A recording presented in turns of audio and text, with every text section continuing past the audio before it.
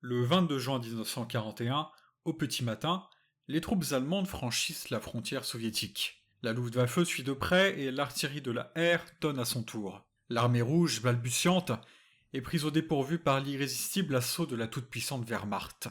Une à une, les unités soviétiques sont encerclées pendant que les soldats allemands continuent leur avancée. Des dizaines, des centaines de kilomètres sont capturés en très peu de temps. Le premier jour, le fleuve Niemen en Lituanie est franchi. La défense sporadique de l'URSS se traduit par des pertes territoriales importantes, notamment en Lituanie donc, pays qui venait déjà d'être envahi l'année précédente. Dans le but de lancer une contre-attaque, 2 corps mécanisés battent en retraite, le 12e et le 3e corps mécanisé. Les forces blindées soviétiques se regroupent plus loin, près de la ville de Razeniaï. Cette ville vous parle, que vous connaissiez son nom ou pas, puisque vous connaissez forcément l'histoire d'un KV qui retint une division blindée allemande. C'est un sujet rarement traité en français, mais pourtant bien digne d'intérêt. Vous verrez, cette histoire de KV est un peu plus riche que les brèves légendes.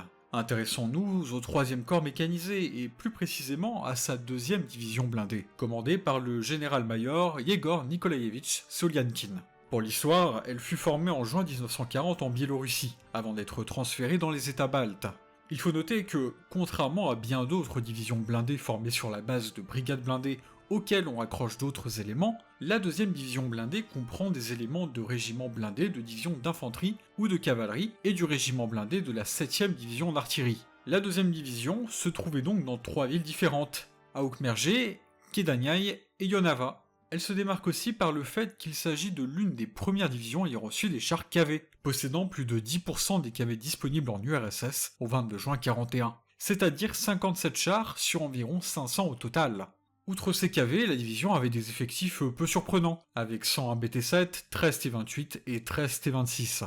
D'une certaine façon, il s'agissait aussi d'une des divisions ayant le plus d'expérience avec les KV. En témoigne le nombre d'heures de certains pilotes. Ainsi, début juin, un homme avait 515 heures aux commandes d'un KV, 6 hommes de 165 à 284 heures, et 13 hommes de 21 à 61 heures. Ces hommes avaient effectivement été formés directement à la source, à l'usine produisant les KV. En bref, la 2e division blindée était avant la guerre l'une des divisions les mieux équipées et les plus puissantes de l'URSS. Le 18 juin 1941, les unités soviétiques aux frontières reçoivent l'ordre de quitter leur ville de garnison pour rejoindre leur camp. Un problème majeur se pose.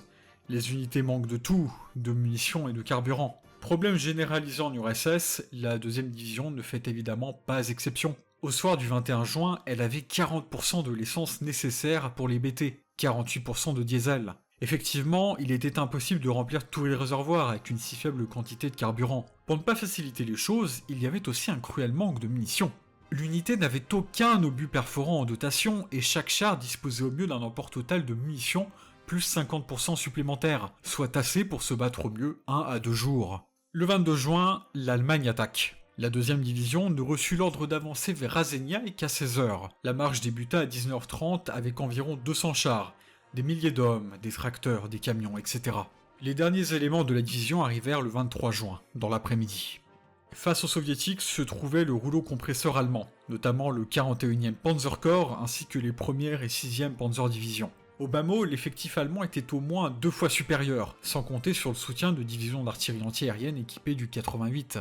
La 6e Panzerdivision, la force principale à Raseignac, utilisait notamment des chars tchécoslovaques 35T. Séparés en 2 groupes, Raus et Zeckendorf, les premiers engagements eurent lieu vers 11h du matin, la ville tombant aux mains allemandes en début d'après-midi, notant finalement peu de combats. Ce qui peut paraître surprenant, c'est que les premiers combats de chars sont notés à 15h, suivant la capture de la tête de pont soviétique sur la rivière d'Oubissa.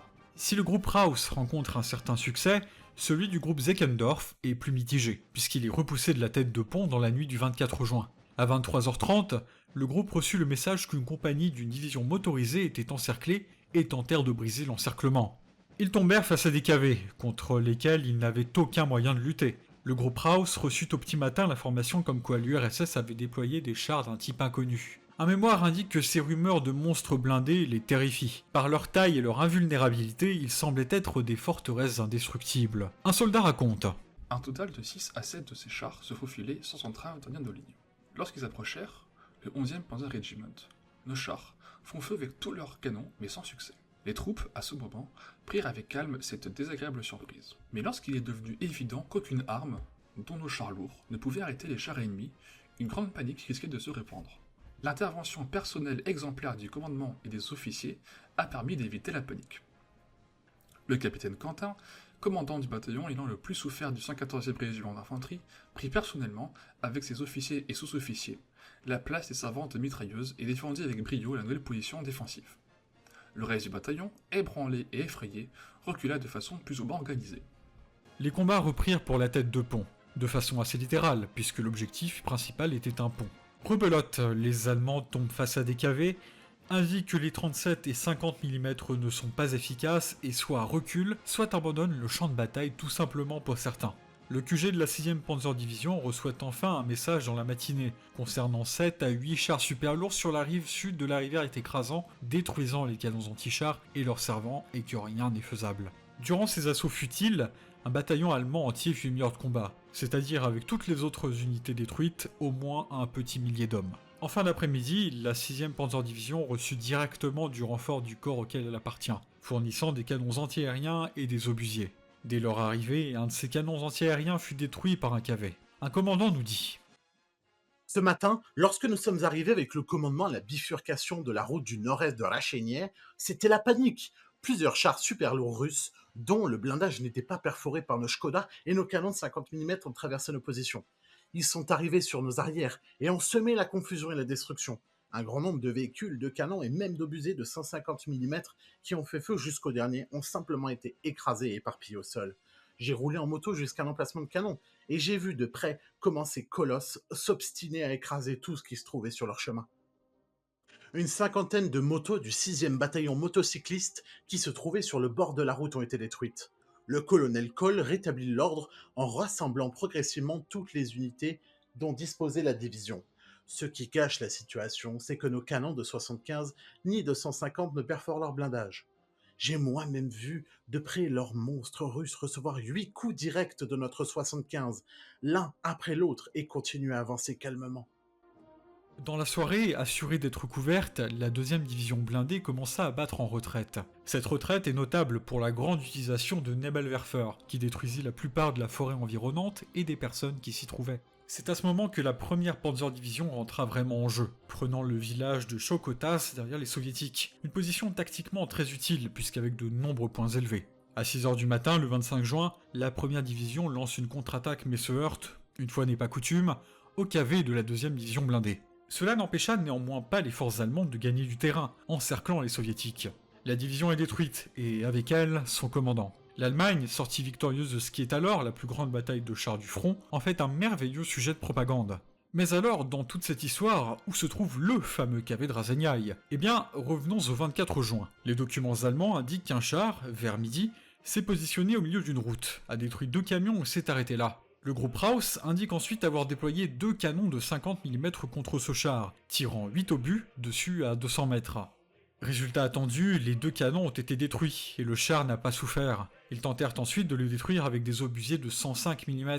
Là encore, rien à faire. La logistique allemande souffrit de tout cela, puisque plusieurs camions furent détruits par le KV. La prochaine solution envisagée était évidemment le canon de 88 mm, mais tout ne se passa pas comme prévu. Un canon arriva à 1 km, accompagné de 2 canons de 20 mm. Tandis qu'il se rapprochait, des soldats soviétiques déguisés, diront les Allemands, des partisans, diront d'autres, approchèrent les Allemands.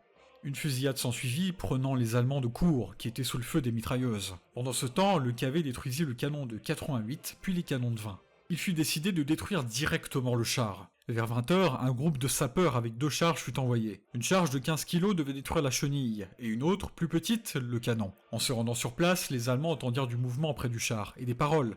Ils ne surent pas remarquer. Je ne vous dis pas comment cela s'est passé, le char était, pour quelque raison qu'il soit, invincible. Cette tentative de détruire le char laissa derrière elle l'une des nombreuses preuves permettant d'affirmer que le KV de Rasegnai était bien un KV-1 et non pas un KV-2 comme on l'entend souvent. Le groupe Raus décida d'amuser, entre guillemets, le char en montant une attaque simulée de char. Le char fut effectivement détruit par un coup de 88 par la suite et l'équipage enterré le lendemain par les locaux. Généralement, l'histoire veut que ce soit un KV-2, car 6 hommes ont été enterrés, mais c'est une hypothèse caduque. Déjà, les photos du KV-1 avec les dégâts similaires à l'histoire existent, d'autant plus qu'il est sur la même route. D'autre part, absolument rien n'empêche que quelqu'un d'autre ait été tué à côté, sans pour autant être dans l'équipage. Et de cet équipage ne subsiste de nos jours que 2 noms. Pavel Yegorovitch Cherchov et un certain Smirnov. Il est peu probable que l'on connaisse un jour le nom de tous ces braves gars.